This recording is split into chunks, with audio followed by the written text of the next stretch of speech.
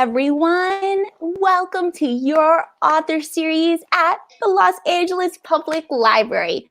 The Your Author series brings children's and young adult authors and illustrators to our Los Angeles Public Libraries for you to enjoy. The Your Author series will continue in the fall and winter, always on a Friday afternoon at 4 p.m. Thanks to the Library Foundation with support from Lenore S. and Bernard A. Greenberg Fund for making this program possible. Yay to the Library Foundation. My name is Lauren Kratz, and I'm the Children's Librarian at the Studio City branch. And I'm Allison Alvarez, the Children's Librarian at the Edendale branch. And we are happy to introduce our Your Author guest today, author Ashlyn Hi. Anstee. Yay! Good to see you. Welcome, Ashlyn. Thank you for being here. It's so nice to be here. And my cat is here as well. He's going to be coming in and out of the frame throughout the performance, unfortunately or fortunately, depending on whether you like cats. Ashlyn, what's your cat's name? That's Milo. I have 4 cats, which is a bit too many cats, in case you were wondering. We have Milo, Moose, Prince, and Zeus. Oh, those are all great names. Yeah. They're all welcome. They're all at the welcome. program. And there will be a quiz at the end about what their names were. Okay, so everyone that's watching, I'm trying to remember now. Let's have a quiz at the end. What are Ashlyn's cat's names? Cat names. So Ashlyn Anstee is the author of wonderful, hilarious children's books, but she's also the illustrator. She's also a writer. She's also a director. Ashlyn, I'm excited. You know my favorite. No, Gnome. A big hit at story time. Are we there, Yeti? Hedgehog. And Ashlyn's newest book that just came out this year, The Grumpy Pirate. Yeah, I illustrated this one, and it's written by Corinne Demas and Artemis Rohrig. Excellent. Yeah. But Ashlyn, if you would not mind holding up your Hedgehog book for a moment, we have special news to share with our audience today. If you would like a copy of Hedgehog by Ashlyn Anstee, for free, 20 people are going to get Hedgehog for free. So if you're interested in getting this book, you'll have to send an email. So I will actually, near the end, I will actually put the banner up and also the email address that to email for this giveaway for the book. So I'll mention this again later on, but keep that in mind. 20 people, I'm going to share the email address with you in a few moments, where you can email and get a copy of Ashlyn Anstee's Hedgehog for free. Thank you so much, Los Angeles Public Library. You guys rule. That's so great. Also, remember, there's going to be a question and answer period at the end of Ashlyn's program, so please get your questions ready, and you can type them into the comments. Yeah. That email address, everyone. That email address right there, ECDEPT, the Exploration and Creativity Department of the Los Angeles Public Library. That email address, if you email them with this information in the subject heading, your author, Ashlyn Anstee, December 4th program, you may get a copy of Hedgehog for free. It's a great book. He's a hedgehog that likes to hog and doesn't share. I love your wordplay. Thank you. Your we'll read it later. wordplay. Are we there yet, Yeti? Come on. No. Ashlyn, you're great. You're great with your wordplay and speech bubbles. It's wonderful. So today during Ashlyn's program, and then don't worry, everybody, we'll share that information in the chat in a moment. So Ashlyn, jam-packed program. Ashlyn is actually going to give us a studio tour and a tour of some of her favorite artistic implements that she likes to use. And then And then Allison is going to present Ashlyn's program where she'll read some stories, from her work, and other fun, surprising things. Yeah. All right. Ashlyn, we are ready for your studio tour. Thank you so much. Awesome. You may have just frozen for me, but can you hear me now? Yes, we can hear you. Okay, good. There was a We're going to say goodbye for a end. moment so everyone can see. Awesome. So, Ashlyn, that's me. We're going to take a small little tour of my studio. It's a very small tour because it's a very small studio. I like to work everything very portably because I like to be able to move my things from room to room. Where I was just sitting, it's actually a very, very comfy armchair. I like to work on very soft surfaces, like a chair or a couch. So we're going to move backwards. So you can see that I like to work kind of in this cozy little nook. Right next to a window, I have a nice bin in the corner, which keeps like a lot of my supplies. But really, the most important thing is that I like to have everything in easily carryable bins so I can move it from room to room. So I have this bin here. Rotate. Inside is a bunch of paints. So these are the paints that I use. They're all gouache, acrylic gouache, and it's kind of a type of watercolor acrylic combination. And I have a lot of these. I like to use a lot of different colors. So we have yellow, red, we have this kind of neon orange. So I like to keep that. I can move it with me. I can go to the couch.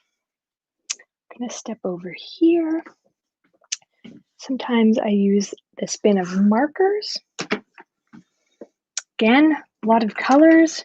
So sometimes I'll put those on top of the gouache. We have different colors of greens. We have blues. We have all sorts of colors just kind of laid in there.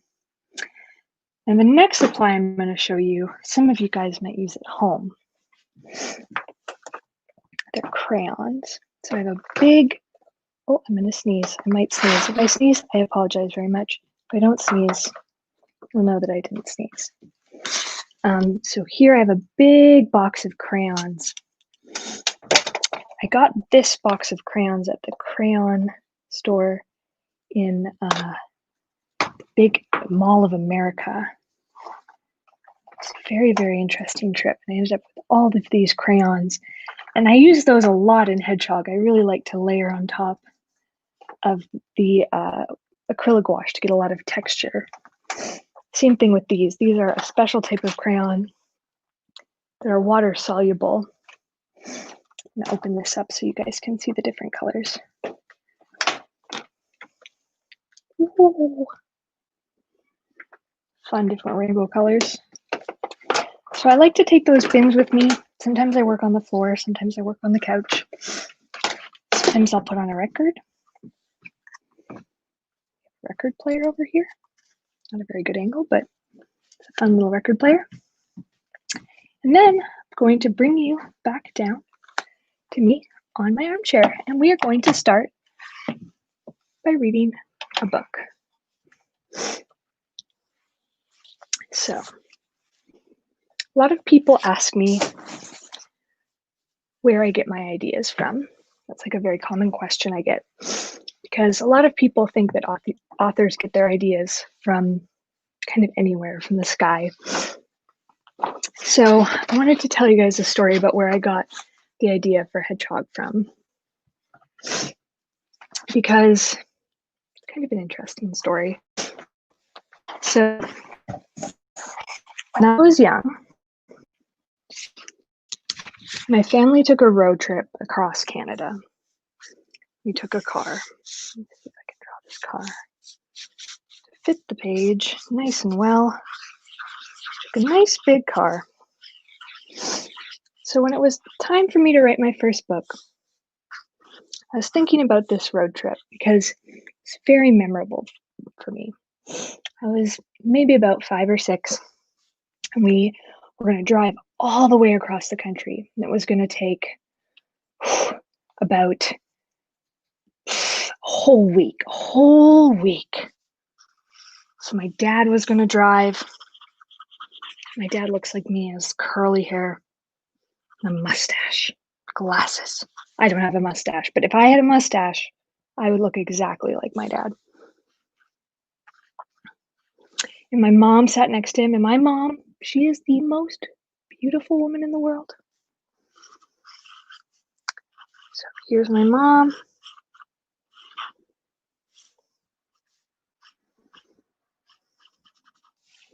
And then in the back seat was me and my two older brothers. I had two older brothers. My brother Gavin, and then my older brother Daryl. He was pretty tall. I had a lot more hair than that. Let's fill that up. It's pretty good. So we started driving, and we were driving, and we were driving. We'd ask my dad, "Are we there yet?" And my dad would say, "No, we're not there.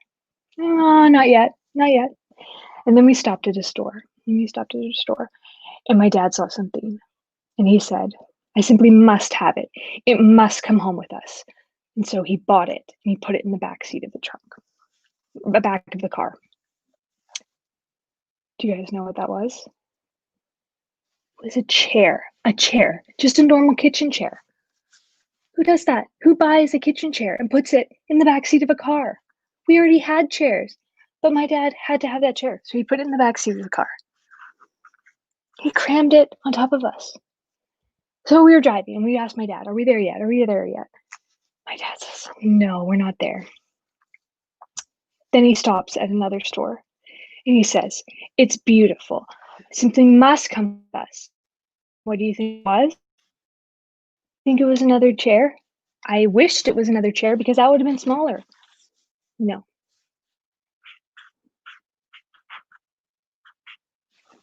It was a dresser, like a dresser that you put your clothes in, and he crammed it in the back seat. This is a real story. This is a real story. And we've been driving for 4 days at that point. 4 days. So we drove for 2 more days. We had 1 more day left to go. And then something else joined us in the car. The chicken pox. Now, not a lot of kids get the chicken pox anymore. So let me explain what the chicken pox is. Chicken pox is a thing where you get little kind of marks all over you and you get very, very itchy. So we were itching. We were asking my dad, "Are we there yet? Are we there yet?" And then finally, after all of that, he said, "Yes, we are finally there. We'd made it." So I thought about that trip, and that was how I ended up deciding that I wanted to make a book about this car ride across Canada. And that was the inspiration for my first book. Are we there, Yeti? So maybe, I think if we are up for it, we could read this book. Do you guys want to read this book together? Sounds fun to me. So this is Are We There, Yeti? And as I was so wonderfully introduced, I am the author and the illustrator, which means that I did the words and the pictures. So that means that I did the words and the pictures. This is Are We There, Yeti? Normally, if we were in a library, I'd say, "Can everybody hear me?" But I'm pretty sure you can. So if you can't hear me, maybe type in the chat and I'll speak louder or I'll send my to come visit. So this is Yeti.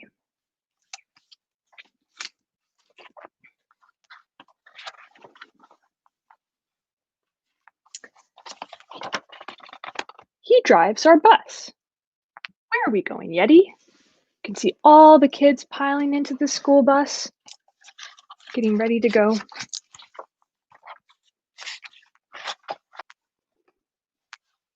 This is nice and bright. It's a surprise, and they pull away from the school. Where do you think they're going? Surprise, they don't know. Are we there, Yeti? We pulled up to a beautiful playground. Think they're gonna stop at the playground? I don't know. Yeah. Pull away from the playground.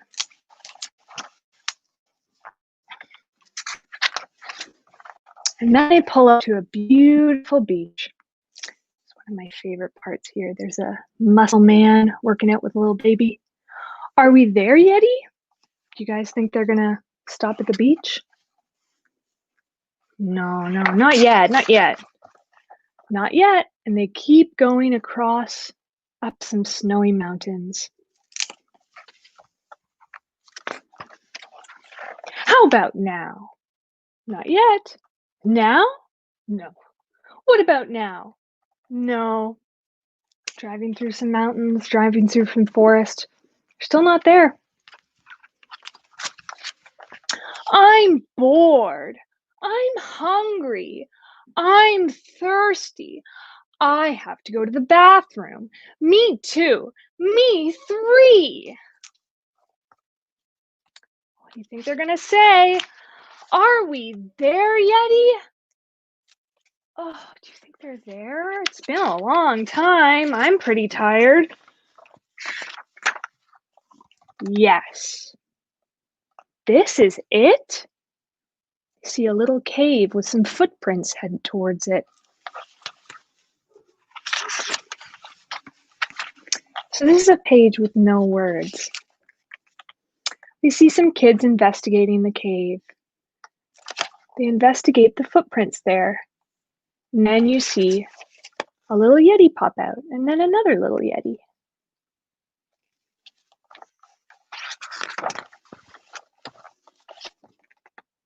Now what? What are we gonna do with all the snow? I don't know. What would I do with snow? There's a lot of fun things you can do with snow. Go have fun.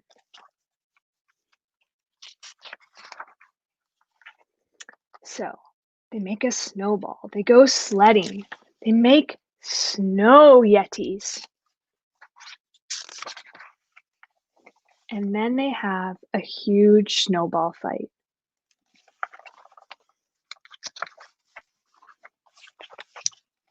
Okay, kids, time to go. But we don't want to go, Yeti. We're not tired, Yeti. Yeah, we're not ready, Yeti. I don't want to go. They just got there. But it's time to go. Don't worry, we'll come back again. And that little Yeti wants a hug. So they pile back into the school bus. And as they're driving away, one of the kids asks, "Are we home, Yeti?" Do you guys think they're home? Probably not. All right, so let's talk a little bit about character. And then let's read one more book, and then we'll do some drawing together. We'll do a little bit of back and forth. Before we make a character together, I wanted to talk a little bit about parts of a character. So we talked a little bit about some of the inspiration that I had when I made my story, Are We There Yeti? But the next book we're going to read, which I know is a favorite. No, we'll read that one next. Has a very strong character in it. So let's talk a little bit about what makes a character. So each story has a main character, usually, which is a character that has usually a problem. So in Are We There Yeti, the kids had a problem, which is that they wanted to know if they were there. So when they were taking this journey, they were asking over and over again, "Are we there, Yeti?" So when you're making characters for stories, it's important to have physical traits like what color their hair is, what type of animal they are, what type of hobbies they might have, all of those things that you might have learned in school, and the type of stuff that we're going to do when we make our main character in a little bit. But what's also important is that your character is going to have a problem, and also a solution, because nobody wants to read a story that doesn't have an ending, right? It would feel a little bit disappointing if you read a story that didn't end, unless you're watching the movie Never Ending Story. That's a very bad joke for some of the older people in the audience. So when I read this next book to you, No, No, Gnome, I want you to think about what Gnome's problem is. So as I'm reading you this book, think, what is the problem that Gnome is having, and how does he solve it? Or how does he, in the end, become happy, or become more content with his life? And then afterwards, we will make up our own character. And I think that that will help explain it a little bit better. So let's read another book, because that's probably the most fun part. So let's read No, No, No.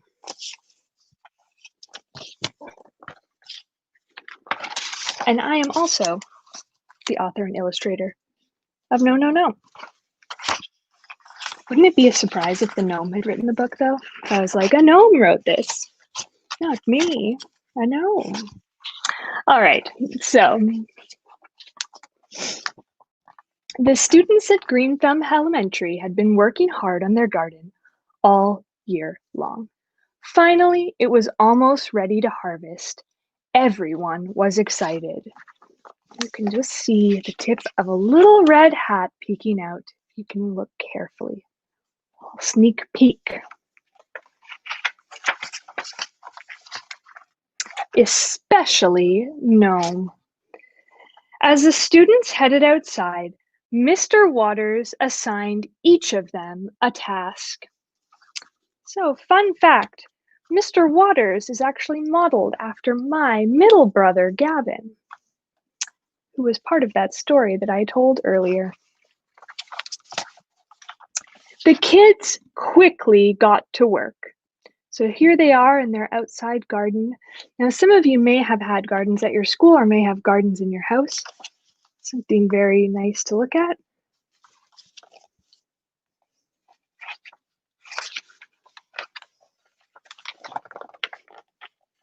At first, Gnome was helpful.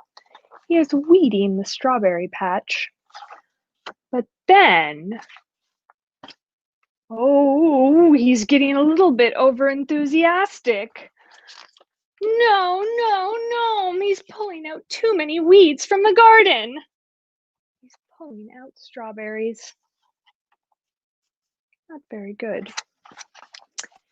Mr. Waters suggested Gnome try something else.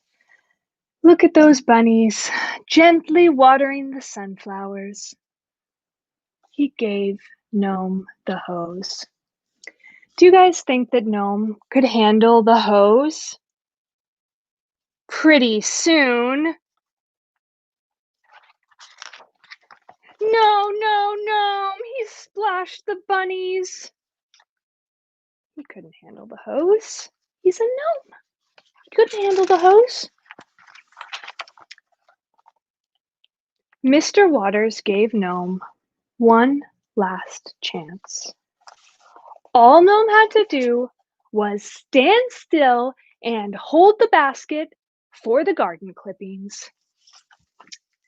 Now, do you guys think that Gnome could stand still and hold the basket for the garden clippings? Do you think that he could stand still for 10 minutes? 5 minutes? 1 minute? Gnome didn't even last 1 minute. He sprinted off and he ran through the strawberries and he ran up the tree and he bothered the cat. And then he ate a whole head of lettuce and he got into a race with a bird and then he spun around in a circle and then he knocked over a bunch of sunflowers. Mr. Waters sent Gnome back to the classroom.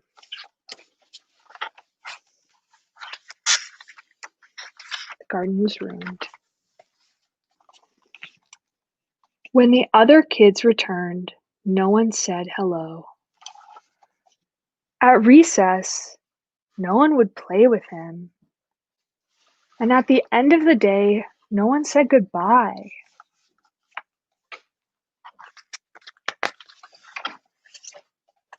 Gnome was blue. How could he show his friends that he was sorry? He has an idea. So he puts on some gardening gloves. He starts picking up a tomato plant. Then he's hammering a board into some nails into a board. Then he's taking a break for some lemonade. And then he's putting some potting soil into a pot. And then he's watering. Whew, it's a lot of work. The next day, Gnome couldn't wait to get back to the garden. The other kids were dreading it. But when they went outside,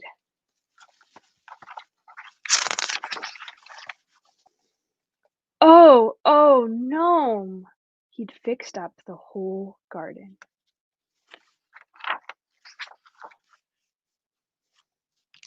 The students got to work picking their harvest bounty. Gnome was helpful. Most of the time, he still juggled the vegetables. So that's no. You can see the end papers have lots of vegetables on them. So let's make a character together.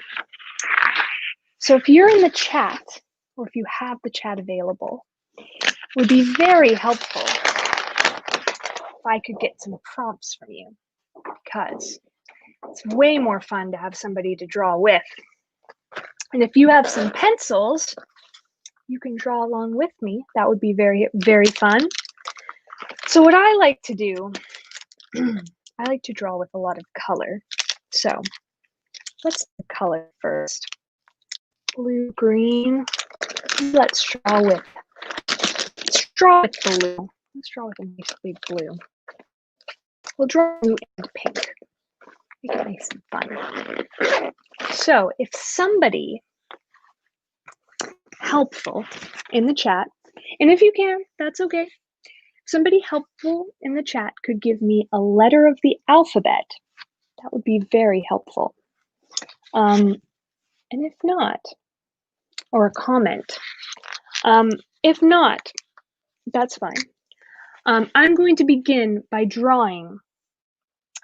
I think we are going to draw a blue and pink bear, because I like bears. And I have been drawing a lot of them lately. I don't think I mentioned this at the beginning, but I'm working on a graphic novel series about fox and a badger called Belby and Watt. Ooh, we have an O and a Z in the comment section. Love that. So, O, a Z, and an R. All right. So, let's put those letters up there and we'll see what we can do with it. O, Z, and an R. So maybe we'll do, let's start with our bear, and then we will make a name, an occupation, and a hobby out of those letters. This is something that I like to do often. If you're struggling with what to draw, I know sometimes I don't know what to draw. I struggle with inspiration. Nice to have somebody, you know, maybe your friend, just throw them a letter of the alphabet. So O, Oscar, is a wonderful name for a bear.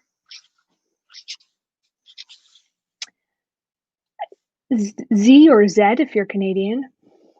A nice profession could be a zoologist. What's a zoologist? It's a person who works in a zoo or who studies a lot of animals. So this is a smart bear. We know he's a smart bear. And we have an R, so it's his hobby. He could be into racing. Racing? No. He could be into, let's think about that later. But first, let's draw this bear. So I like to draw my bears pretty round. So we're going to start with a round circular head.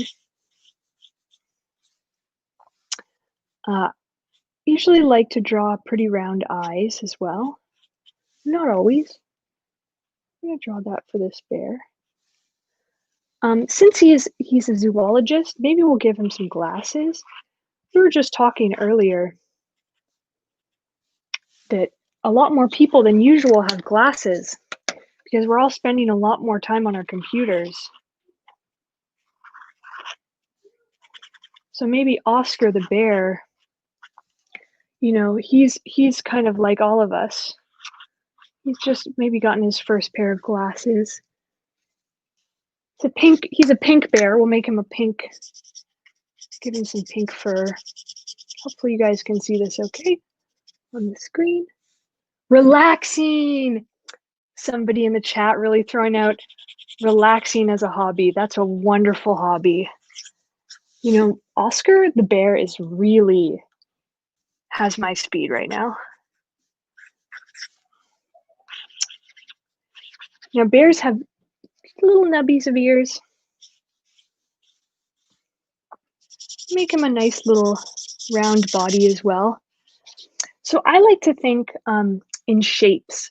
Some people think in line, some people think in shapes.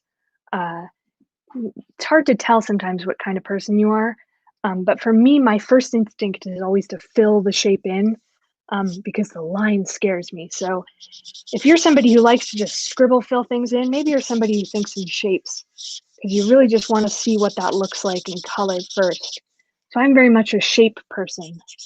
You know, what does that shape look like? Is it a circle with a little square legs? You know, maybe his arms are nearly as long as his body.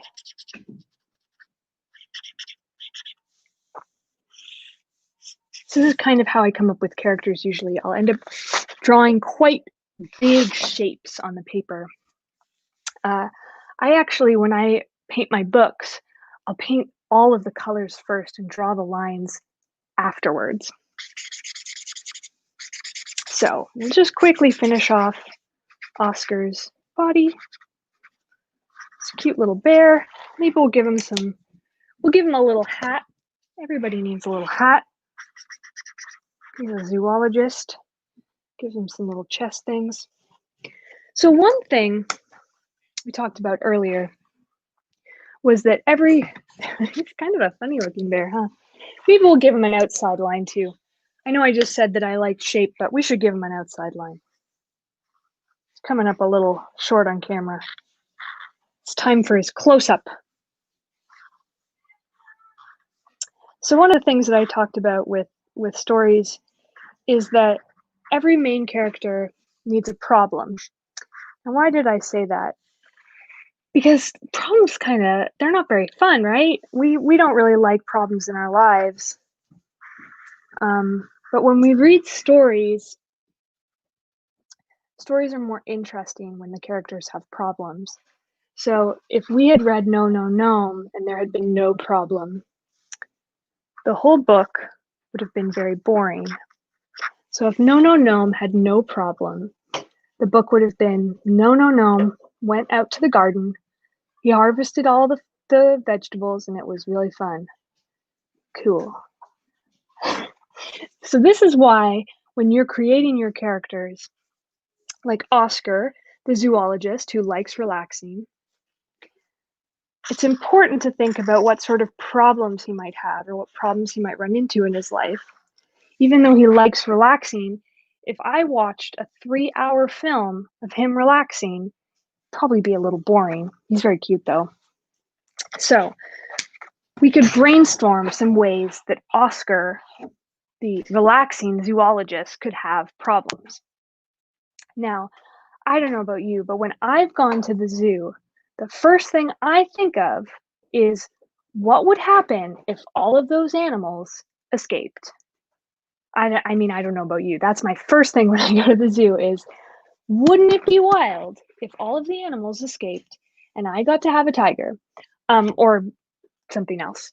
So we could put that down as a problem for Oscar as a zoologist.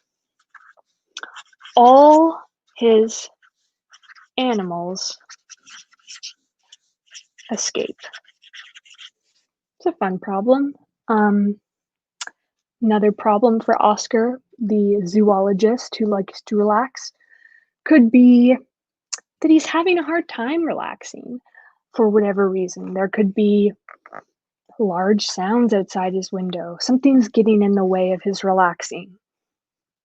If you're writing a story where a character likes to do something, you can oh, somebody in the comments wrote there's a bull on the loose and he's wearing red. That's very fun.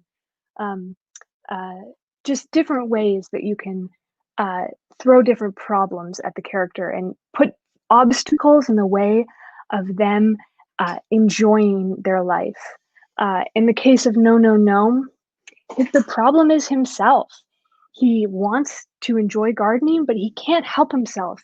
He really wants to do good, but he gets too excited and he ends up overweeding and spraying everyone, and he really has to end up kind of like reining it back in.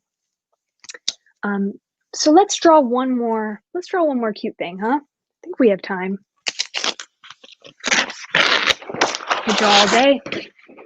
I do draw all day, frankly. Let's pick a different color.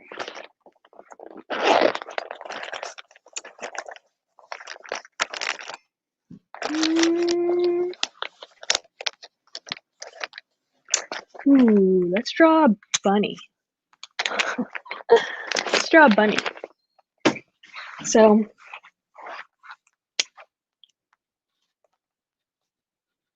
bunnies. Bunnies, the thing about bunnies that I like, I love bunnies. The thing about bunnies is you can draw their ears as big as you want and they never stop looking like bunnies. I think. Let's test it out. Let's just draw really big ears and see if it works.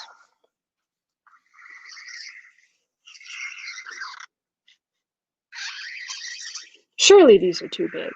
Surely these are too big for bunnies.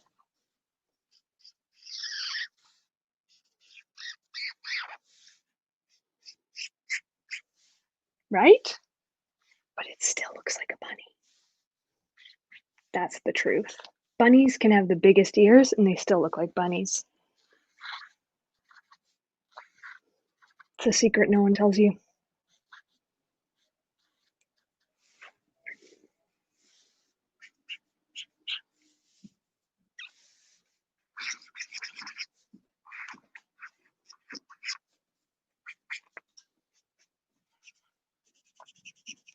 I do think if we were to come up with a problem for this bunny, this very adorable bunny, is that he would probably trip over his ears if he was running.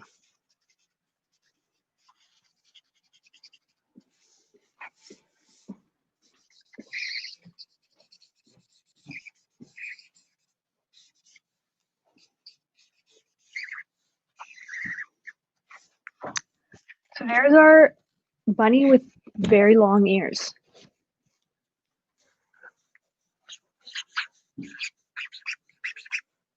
And you can test it out at home. Try drawing a bunny with really long ears and see if it still looks like a bunny. I bet it does because I've tested it out. And no matter how long of the ears you draw, they still look like bunnies. All right, so let's read Hedgehog, which is the book that if you email, you can get a copy. And I think we'll go through that after I'm done reading it, and we'll do a little bit of it. Oh, whoa. That was the coolest thing I've ever seen. The email is on the screen, so you can email that email, and you can get a copy of this book with that in the subject line. And the inspiration for this book is from a few different places. I was the youngest of three, and I had a very hard time sharing as a child. I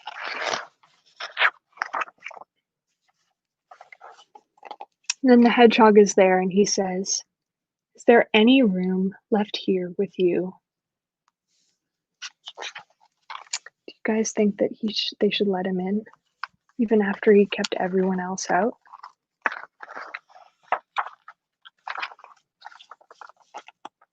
Of course, there's always room for one more. Thank you. And then the squirrel says, "Welcome." And the badger says, "Hello. Hey, what's up? Hi." And the hedgehog says, "I brought a pie." It's pretty nice. I would eat a pie if somebody brought it for me. The garden was bustling as the snow began to fall. "Thank you, Hedgehog." "You're welcome, but please call me Eugene," says the hedgehog.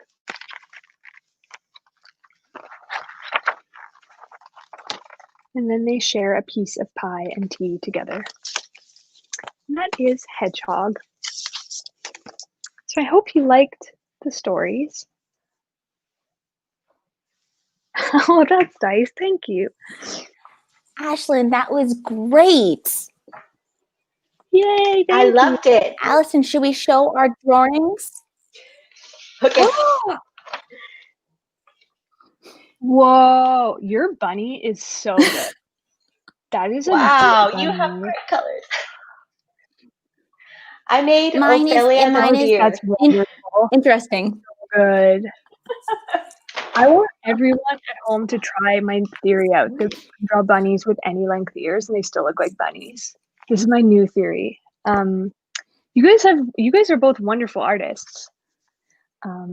Really. Thank you, Ashlyn. But you are a great artist, Yeah.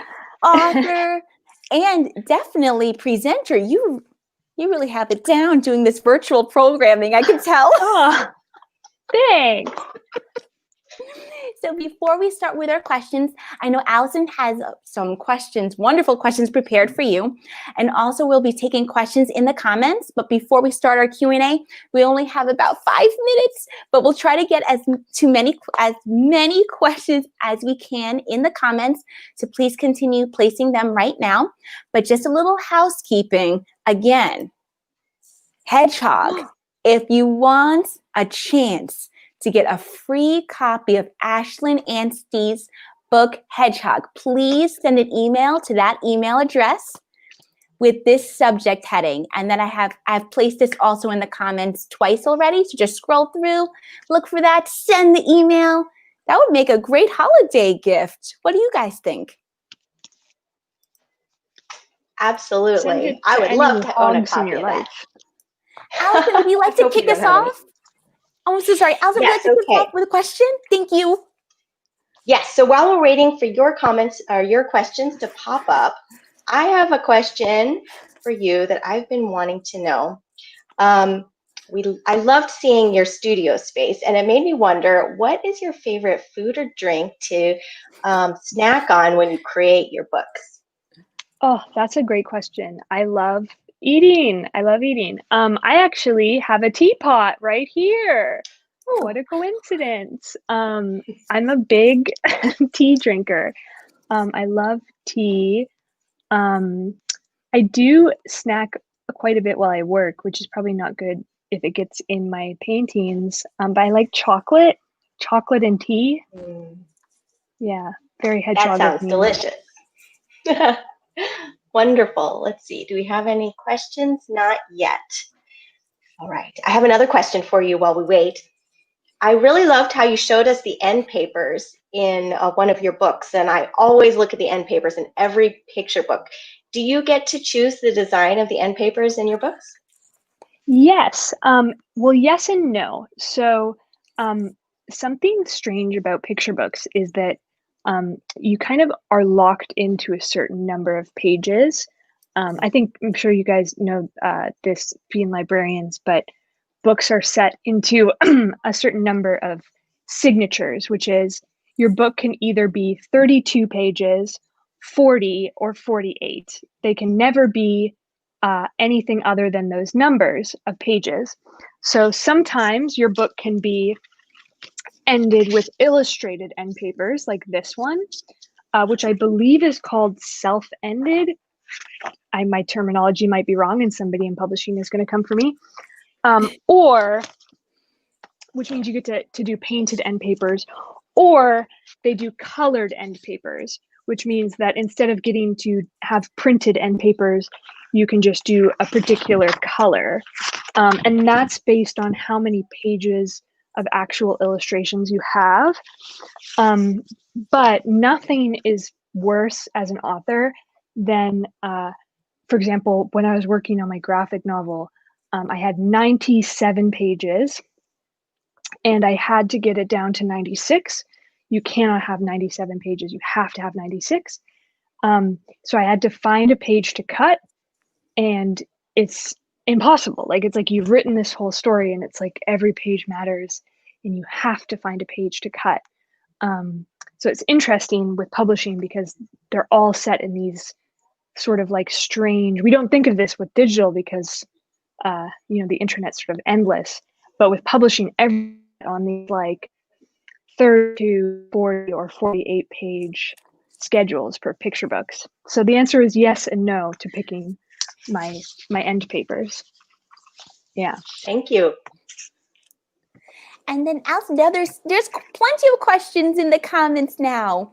One question is, what are you working on now? And I know you were talking about your graphic novel. Have you been working on anything else? Any other projects? Yeah, I'm working on two board books currently that I'm hoping to go out on submission with soon, called Boop. I probably don't know if I should even say the title because they're going on submission, whatever. But I'm working on some board books. So for little ones, that's not how big babies are, but you know what I mean. I'm hoping to make some more picture books because I love picture books. They're so fun. Yeah. Let's see. What's the next question? What makes a children's story a good story, and how do you find inspiration for a story? Ooh, that's a great question.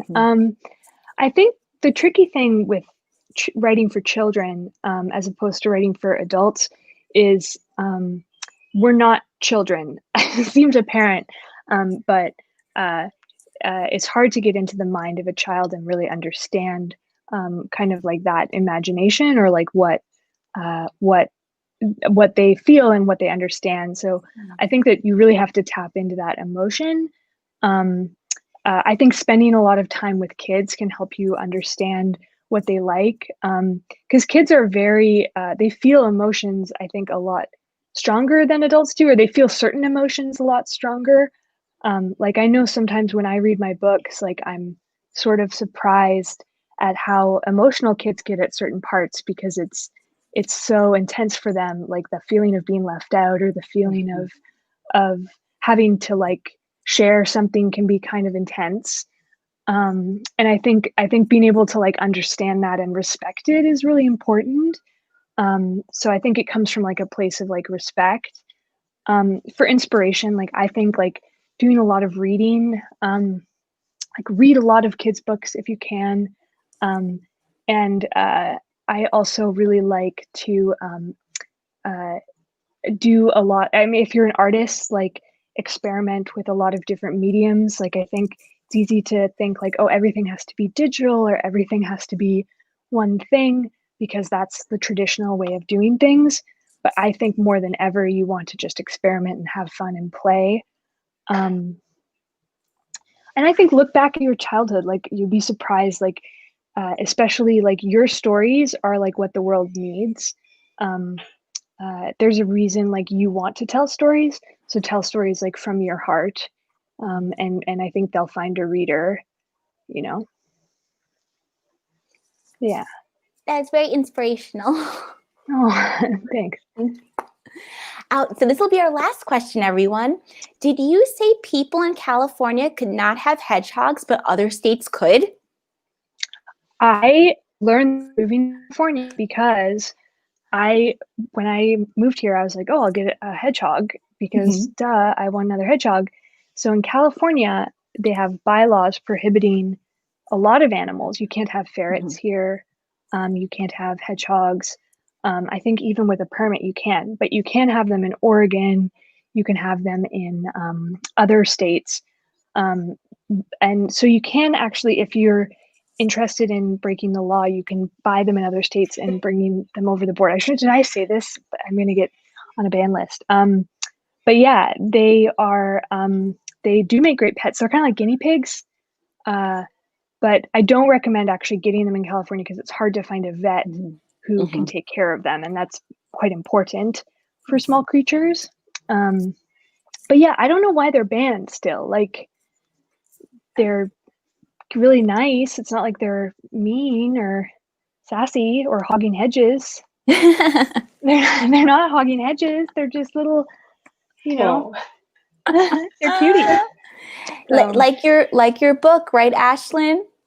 Yeah, they're not hogging Hedgehog. Hedges. So yeah, definitely know that. The end. Yeah, Hedgehog. Email that email address. Yeah, so if you can't adopt your own hedgehog hedgehog in California, you can get a book. Exactly. Thank you so much. Oh, I love the back Thank you. too. I had so much fun. This was great.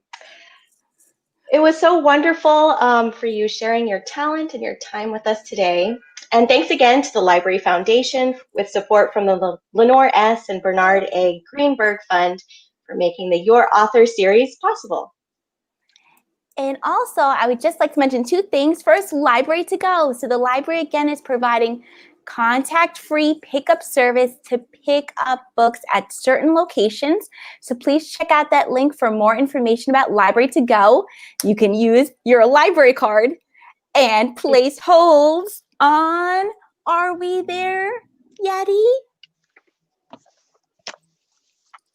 No.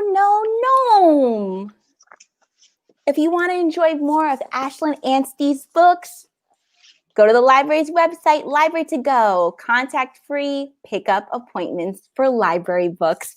And Your Author series continues. Actually, next Friday at 4 p.m. Torre Maldonado. Oh, cool. He's a children's author. He wrote Tight. I just read his latest book, What Lane? Fantastic. So please come back next Friday at 4 p.m. to enjoy another Your Author. Thank you, everybody. Have a great rest of your evening now. Have a great evening. Weekend. Stay safe. Thank you again to Ashlyn Anstee. Thank you. Bye. Bye, everyone. Bye.